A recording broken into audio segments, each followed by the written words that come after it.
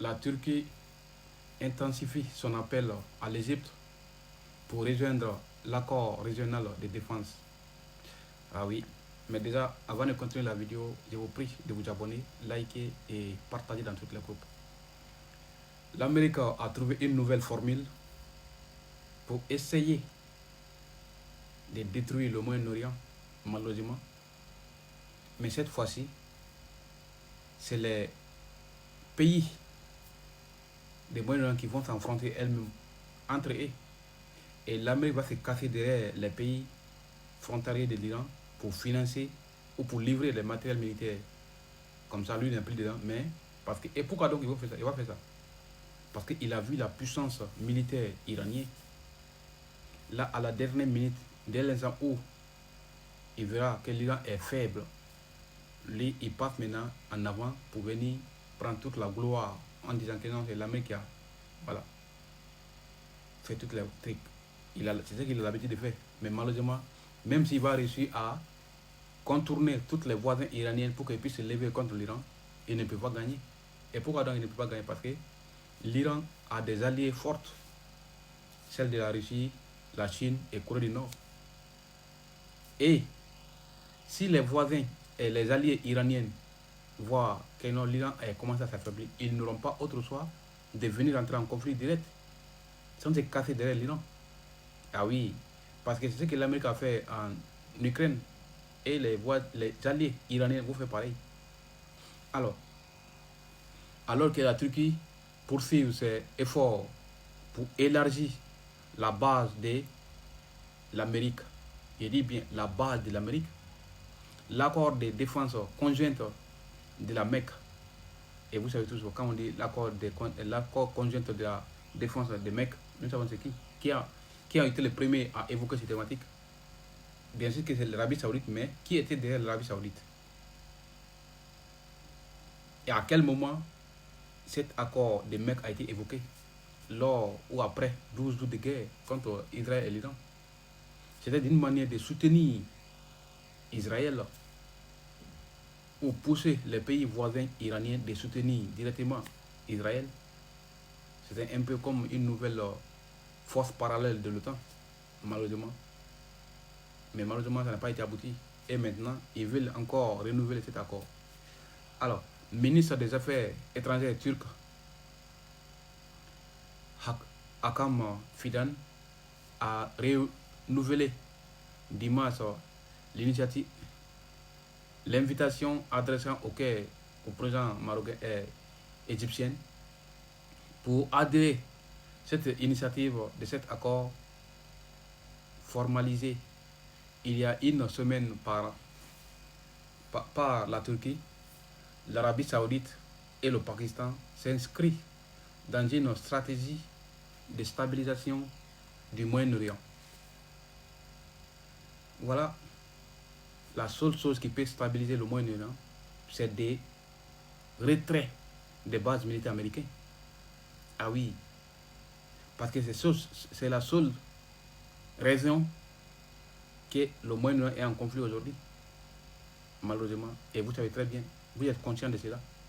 Mais comme l'Amérique a réussi à vous berner, et raison pour laquelle vous fermez vos yeux, de ne pas voir la source des problèmes. Alors, je continue. Du Moyen-Orient, conformité à des tensions multiples, cette alliance ne dirige contre personne, elle symbolise notre engagement collectif. Contre qui? Engagement collectif contre l'Iran, bien sûr. Mais l'Iran vous regarde. Et vous savez, la Turquie avait dit que non, il n'est plus prêt pour adhérer à cette coalition. Mais pendant ce temps, c'est lui-même qui essaye d'élargir les personnes pour qu'elles puissent rejoindre, l'Égypte y compris. Et pourquoi donc à l'époque il avait dit que non, il veut se retirer de cette coalition? Parce que il avait pensé que non, l'Iran va faire face à la Turquie dès l'instant où les Turcs ou Pakistan essaieraient de s'attaquer au Yémen parce qu'ils auront frappé les navires saoudiens. Mais déjà, avant de vous poser la question, pourquoi donc Yémen frappe les navires saoudiens? Parce que tout simplement, les Saoudiens refusent de respecter les conditions yéménites. C'est quoi donc les conditions yéménites? Toutes les navires pétroliers saoudiens doivent respecter les conditions territoriales de Yémen et de l'Iran. L'Arabie saoudite se prend pour qui de ne pas respecter l'intégrité territoriale ou maritime de Yémen? Il est qui? Parce que tout simplement, ils pensent que non, l'Amérique est en capacité de les soutenir ou de les aider. Et pourtant, aujourd'hui, l'Amérique ni l'OTAN ont la capacité nécessaire de protéger qui que ce soit. Et raison pour laquelle ils vous poussent à créer une force parallèle de l'OTAN. Si vous ne savez pas déjà, je tiens à vous informer de cela. Alors, je continue. Elle symbolise notre engagement collectif en faveur de la sécurité, de la souveraineté. Alors, si vous dites que vous êtes là à symboliser votre engagement collectif en faveur de votre sécurité et la souveraineté, alors qu'est-ce que l'Iran fait donc? L'Iran protège aussi sa sécurité et sa souveraineté en disant à l'Amérique, avant que tes navires puissent traverser mon espace maritime, il faut que vous payiez. L'Iran n'est pas dit autre chose. Tout ce qu'il a dit, il dit de payer. Et l'Amérique refuse de payer. Certains alliés américains refusent de payer. Et avec ça, vous voulez créer ou vous laissez vous embobiner pour l'Amérique, contre l'Iran. Et vous pensez que non, avec ça, l'Iran va respecter votre sécurité et votre souveraineté? Non. Parce que vous avez refusé de protéger lui sa sécurité et sa souveraineté. Par conséquent, il n'a pas à respecter de la vôtre. Si vous voulez regrouper toutes les Moyen-Orient, faire face à l'Iran, vous pensez que vous allez gagner? Non. L'Amérique même qui vous finance même là, ou qui vous motive, lui, il a l'incapacité de gagner. À plus forte raison que vous-même.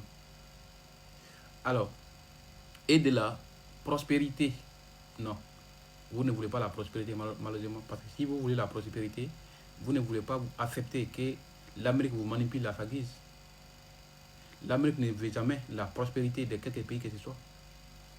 Parce que dès l'instant où les pays sont prospères, ce n'est pas bon pour l'Amérique, pour l'intérêt américain.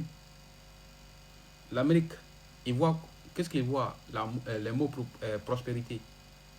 Pour lui, c'est la destruction de l'intérêt américain. Et dès l'instant où vous n'êtes pas prospère, ça va à l'encontre des intérêts américains. La raison pour laquelle il fait tout possible pour vous empêcher d'être prospère. Alors, de chacun, tout en renforçant l'approbation régionale de la FIDA lors de ces observations. Vous voulez protéger ou prospérité, vous ne voulez pas la prospérité régionale. Parce que si vous voulez la prospérité régionale, vous allez vous relier avec l'Iran. Et l'Arabie saoudite doit comprendre que non, l'Amérique n'est pas là pour les aider. Ah oui, mais plutôt pour les détruire. Donnez-moi votre idée en commentaire les gars. Surtout, n'oubliez pas de vous abonner, liker et partager dans toutes les groupes.